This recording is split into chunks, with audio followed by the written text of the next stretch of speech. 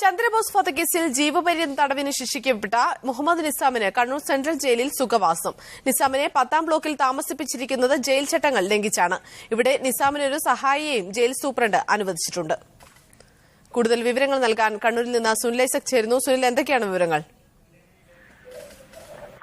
സൈഫുന്നിസ ചന്ദ്രബോസ് വധക്കേസിൽ ജീവപര്യന്തം തടവിന് ശിക്ഷിക്കപ്പെട്ട മുഹമ്മദ് നിസാമിനെ കഴിഞ്ഞ ജനുവരി 22-നാണ് കണ്ണൂർ സെൻട്രൽ ജയിലിൽ എത്തിച്ചത്. ജയിലിൽ 73/16 നമ്പർ തടവുകാരനാണ് നിസാം.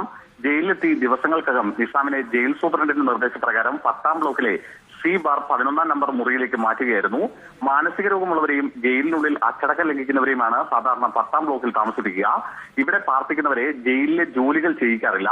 ഈ സൗകര്യം കണക്കിലെടുത്താണ് നിസാമിനെ 10-ാം ബ്ലോക്കിലേക്ക് മാറ്റിയതെന്നാണ് ആരോപണം. 112 ജീവപര്യന്തം തടവുകാരാണ് നിലവിൽ കണ്ണൂർ സെൻട്രൽ ജയിലിലുള്ളത്. ഇവരെല്ലാം ജയിലിൽ അവർക്ക് നിശ്ചയിക്കപ്പെട്ട അതാത് ജോലികൾ ചെയ്യുന്നുണ്ട്. അപ്പോഴാണ് ഒരു വിഭാഗം ജീവനക്കാരുടെ കടുത്ത എതിർപ്പിനെ പോലും അവഗണിച്ച് നിസാമിനെ 10-ാം ബ്ലോക്കിൽ പാർപ്പിച്ചിരിക്കുന്നത്. മാത്രവുമല്ല, നിസാമിനെ ചട്ടങ്ങൾ ലംഘിച്ച് ഒരു സഹായിയെയും ജയിൽ സൂപ്രണ്ട് അനുവദിച്ചു നൽകിയിട്ടുണ്ട്. കളവ് കേസിൽ ശിക്ഷിക്കപ്പെട്ട അടിമാലി സ്വദേശിയായ രാജേഷ് എന്ന തടവുകാരനായിരുന്നു ആദ്യം നിസാമിന് സഹായിയായി ജയിൽ സൂപ്രണ്ട് നൽകിയത്. ഇയാൾ കഴിഞ്ഞ ദിവസം ശിക്ഷ കഴിഞ്ഞ് പുറത്തുപോയതിനെ തുടർന്ന് ചാരായ കേസിൽ ശിക്ഷിക്കപ്പെട്ട വയനാട് സ്വദേശി ജയപ്രകാശ് എന്ന തടവുകാരനെയാണ് നിസാമിന് പുതിയ സഹായിയായി നൽകിയിട്ടുള്ളത്.